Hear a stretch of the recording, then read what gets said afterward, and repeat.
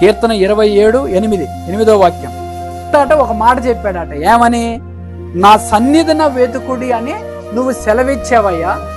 అయ్యా నువ్వు సెలవిచ్చావయ్యా. యెహోవా యెహోవా నువ్వు సెలవిచ్చావు గనక నా మనసుతో, నా ఆత్మతో, నా హృదయంతో నేనేం చెప్తానంటున్నాడు దావీదు. నీ సన్నిధిన వెతకమని చెప్తాను నేను.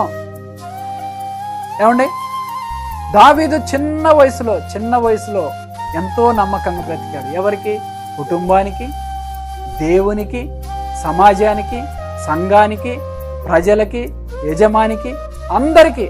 దేవుడు గమనించేది కూడా నమ్మకత్వమే, దేవుడు చూసేది కూడా నమ్మకత్వమే. మనకు కలిగిన కొద్దిగాలోనే. ఒక సందర్భంలో నమ్మకత్వం గురించి చెప్తున్నాను నేను. ఒక ఇంట్లోకి ఒక పిల్లవాడు వెళ్ళాడు.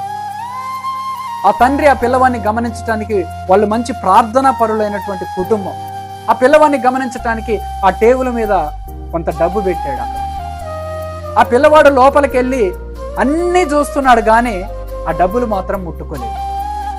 అంతా అయిపోయిన తర్వాత గమనించిన ఆ తండ్రి దగ్గరికి వచ్చి, నానా నువ్వు అన్నీ చూస్తున్నావు కానీ ఆ డబ్బులు తీయట్లేదు ఏంటి?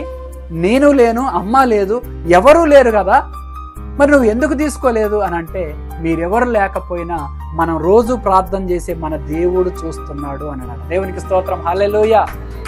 ఎవరు చూస్తుండ్రండి? దేవుడు చూస్తుండు. అందుకే నేను ముట్టుకోలేదు నాన్న అన్నాడు. అంటే ఈ పిల్లగాడు ఎక్కడ నమ్మకంగా ఉన్నాడు? దేవుని విషయంలో కానీ, తల్లిదండ్రుల్లో కానీ, అన్ని విషయాల్లో. ఈరోజు కుటుంబంలో నేర్చుకున్న ఈ పిల్లవాడు ఇక్కడే కాదు, ఇతర దేశాలకి వెళ్ళినా కానీ అక్కడ కూడా ఖచ్చితంగా నమ్మకంగా ఉంటాడు. ఎందుకు అని అంటే, ఇక్కడ కుటుంబంలో నేర్చుకున్నాడు గనుక. దేవునికి స్తోత్రం, హల్లెలూయా. ఆ నమ్మకాన్నే దేవుడు చూస్తాడు.